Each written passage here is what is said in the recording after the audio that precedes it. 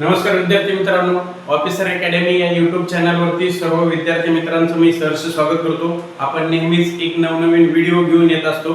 आज नुकताच एक महत्त्वपूर्ण व्हिडिओ घेऊन तुमच्या समोर येत आहे, ते म्हणजे नुकत्याच झालेल्या 2026 मधल्या 4 महत्त्वाच्या राज्यांच्या निवडणुका आणि त्यांचा निकाल, त्याचबरोबर एक केंद्रशासित प्रदेश। तर चला तर बघूया मग कोणकोणत्या राज्याच्या निवडणुका झाल्या, त्या ठिकाणी कोणत्या पक्षाला बहुमत मिळालेलं आहे याची संपूर्ण माहिती आजच्या व्हिडिओमध्ये आपण बघणार आहोत।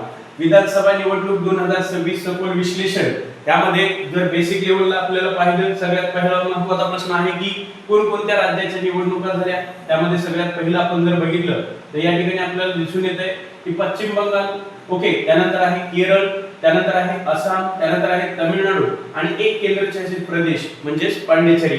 ओके, या 4 राज्य आणि एक केंद्रशासित प्रदेश असे टोटल निवडणुका या ठिकाणी आपल्याला पाहायला मिळतात। त्याचं सखोल विश्लेषण आजच्या भागामध्ये आपल्याला बघायचं आहे।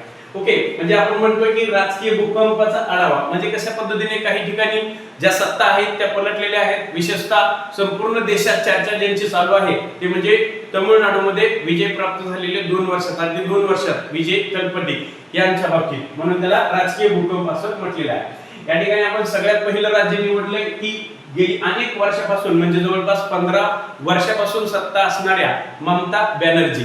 ओके, यावरती आता आपल्याला काय प्रश्न विचारला जाणार आहे, बेसिक लेवलला सगळ्यात पहिला प्रश्न आहे की पश्चिम बंगालची निवडणूक, यामध्ये सर्वात पहिला प्रश्न आहे की एकूण विधानसभेची सीट संख्या, ओके, ती आहे 294। ओके, हे लक्षात ठेवायचं।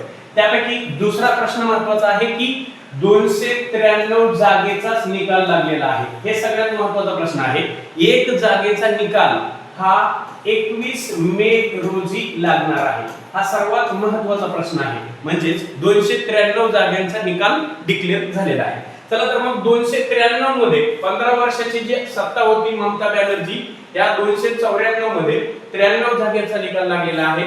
त्यापैकी 207 जागा ह्या बीजेपीने जिंकलेल्या आहेत, 207 जागा। ओके, म्हणजे आपल्याला या ठिकाणी दुसरा सर्वात महत्त्वाचा प्रश्न आहे की 294 मध्ये म्हणजे 93 मध्ये 207 जागा ह्या बीजेपीला मिळाल्या आहेत। त्यानंतर दुसरा प्रश्न आहे की जे तृणमूल काँग्रेस आहे म्हणजे ममता बॅनर्जींचं, यांना 80 जागांवरती विजय मिळवता आलेला आहे। ओके, त्यानंतर तिसरा चौथा प्रश्न महत्त्वाचा आहे की विजयाचे बीजेपीचे शिलेदार शुभेंद्र अधिकारी हे महत्त्वाचे आहेत। आणि पुन्हा एक महत्त्वाचा प्रश्न आपल्याला या ठिकाणी लक्षात ठेवायचा आहे की जे 15 वर्ष सीएम राहिलेले आहेत, 15 वर्ष सत्ता भोगलेली आहे, त्या ममता बॅनर्जी भवानीपूर या मतदारसंघातून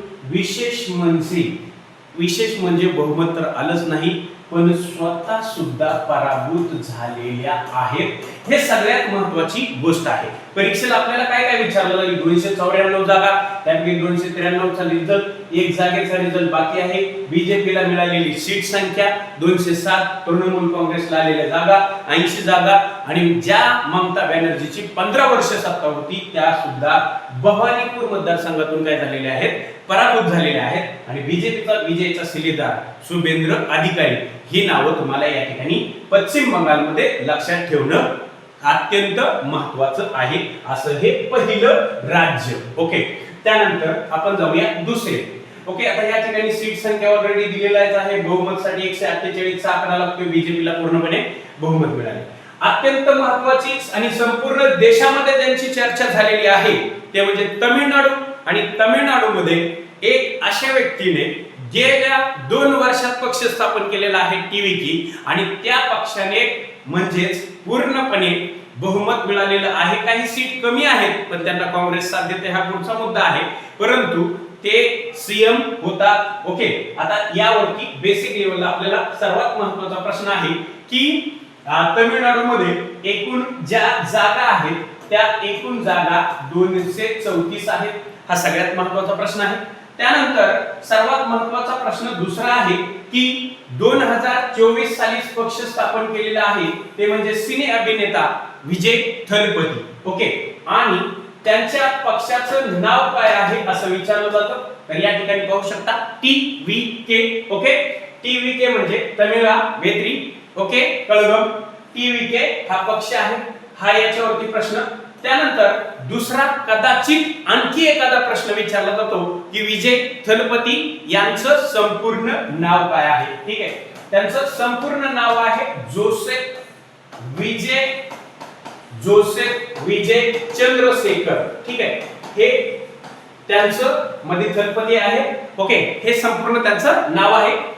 हे तुम्हाला सुद्धा परीक्षेला विचारलं जाऊ शकते. पक्षाची स्थापना, पक्षाचं नाव, त्यानंतर विचारलं जाऊ शकते की या 234 जागा सांगितलेल्या आहेत, त्यामध्ये त्यांनी पहिल्याच निवडणुकीत जवळपास 108 जागा जिंकलेल्या आहेत आणि त्यांना बहुमत मिळण्यासाठी फक्त आणि फक्त 10 जागा कमी आहेत. म्हणजे 118 जागांची काय आहे, बहुमतसाठी गरज आहे. हे देखील आपल्याला लक्षात ठेवायचं आहे. बरं, आता त्यांच्या बाबतीत सांगायचं झालं तर ते भारत देशात चर्चेला आहेत. अगदी कमी वयात यश मिळवलेले, पण बराचसा इतिहास त्यांचा आहे की त्यांनी निवडणूक का जिंकली, लोकांचा विश्वास का संपादन केला. तर त्यांनी सर्वसामान्यांकडे लक्ष दिलं. त्यामध्ये महत्त्वाच्या निवडणुकीमध्ये केलेल्या 7 घोषणा, त्यामध्ये 6 सिलेंडर मोफत, त्यानंतर महिलांना 2500 रुपये दरमहा जे दिलं जाते लाडकी बहीण योजना अंतर्गत त्याचे एक, त्यानंतर दुसरी सर्वात महत्त्वाची गोष्ट आहे महिलांना बस प्रवास मोफत. अनेक साऱ्या गोष्टी आहेत आणि सर्वात महत्त्वाची गोष्ट आहे की जो देश आहे तो राज्यघटनेवरती चालतो आणि ती राज्यघटना डॉक्टर बाबासाहेब आंबेडकरांनी लिहिलेली आहे आणि त्यांच्याच नुसार मी पारदर्शक पद्धतीने कारभार पाहणार, हे त्यांचा मोटो आहे. हे सगळ्यात टर्निंग पॉइंट आहे आणि त्यातल्या त्यात सगळ्या भारत देशाने पाहिलेला टर्निंग पॉइंट म्हणजे स्वतःच्याच ड्रायव्हरच्या मुलाला दिलेली उमेदवारी आणि तो फॅक्टर विजयासाठी सर्वात महत्त्वाचा ठरला जातो. तर हे आहे. त्यांनी दुसरी एक गोष्ट आहे की जे पूर्वी सीएम होते त्यांचं नाव आहे स्टॅलिन. ओके, स्टॅलिन हे देखील जसे ममता बॅनर्जी पराभूत झाले, हे देखील सत्ता आणू शकले नाही. विशेष म्हणजे कोल्हापूर मतदारसंघातून यांचाही पराभव झालेला आहे. तर 2 गोष्टी या ठिकाणी आपल्याला नोटेट करायच्या आहेत. पश्चिम बंगालच्या पूर्व मुख्यमंत्री ममता बॅनर्जी यांचाही पराभव झाला, सत्ता तर आणू शकले नाही.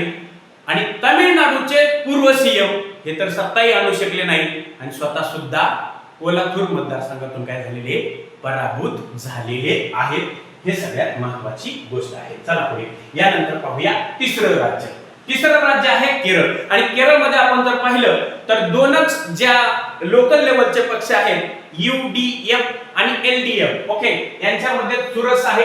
केरळची सीट संख्या आपण विचारात घेतली तर साधारणतः केरळमध्ये 114 जागांसाठी निवडणुका झाल्या. त्यामध्ये 10 वर्षानंतर चक्र फिरली असं म्हटलं गेलंय आणि त्यामध्ये 99 जागा ह्या UDF या पक्षाला मिळालेल्या आपल्याला पाहायला मिळतात. युनायटेड डेमोक्रेटिक फंड या पक्षाने, आणि त्याचा जो पराजित होणारा संघ म्हणजे पक्ष आहे त्याला LDF असं म्हटलं जातं, लेफ्ट डेमोक्रेटिक फंड. ओके, हे 2 प्रमुख पक्ष लोकल लेवलचे आहेत आणि त्यांच्यामध्ये चुरस होती. ओके, यामध्ये आपण बघू शकतोय की पूर्वी जी मुख्यमंत्री होते पिनराई विजयन यांनी सुद्धा मुख्यमंत्री पदाचा काय दिलाय, राजीनामा दिलेला आपल्याला या ठिकाणी पाहायला मिळतो. ओके, तर या ठिकाणी हा एक महत्त्वाचा प्रश्न आहे. ठीक आहे, UDF चा हे आहे तिसरं राज्य. त्यानंतर आपण जर बघितलं तर चौथं राज्य आहे आसाम. आणि आसाम मध्ये मात्र या ठिकाणी आपल्याला पाहायला मिळतंय की जे गेली 10 वर्ष हेमंता शर्मा हे मुख्यमंत्री होते म्हणजे बीजेपीचे, आणि त्यांनी सलग तिसऱ्यांदा म्हणजे 82 जागा जिंकून काय केलेलं आहे तर सत्ता प्रस्थापित केलेली आहे. आसाम मध्ये हॅट्रिक विजयाची साधलेली पाहायला मिळते बीजेपीने. त्यानंतर पांडिचेरी नावाचा एक केंद्रशासित प्रदेश आहे आणि या केंद्रशासित प्रदेशामध्ये जवळपास 30 जागा आहे आणि हे सुद्धा बीजेपी संलग्न असणारा पक्ष ज्याला आपण म्हणतो NDA यांनी पुन्हा एकदा सरकार स्थापन केलेलं आपल्याला पाहायला मिळतं. एकंदरीत या सर्व राज्यांच्या निवडणुकीवरती जो निकाल लागलेला आहे त्या बाबतीत आपल्याला पश्चिम बंगाल आणि तमिळनाडूचा प्रश्न अत्यंत IMP आहे. म्हणूनच हा व्हिडिओ या ठिकाणी बनवले आहेत। जास्तीत जास्त विद्यार्थ्यांना याची माहिती झाली पाहिजे की कुठे आपल्याला प्रश्न विचारले जाऊ शकतात आणि आपल्याला माहिती असायला पाहिजे। नवनवीन असेच व्हिडिओ पाहण्यासाठी नक्कीच ऑफिसर अकॅडमी या YouTube चॅनलला काय करा, भेट द्या, सबस्क्राइब करा। धन्यवाद, भेटूया नवीन व्हिडिओ मध्ये।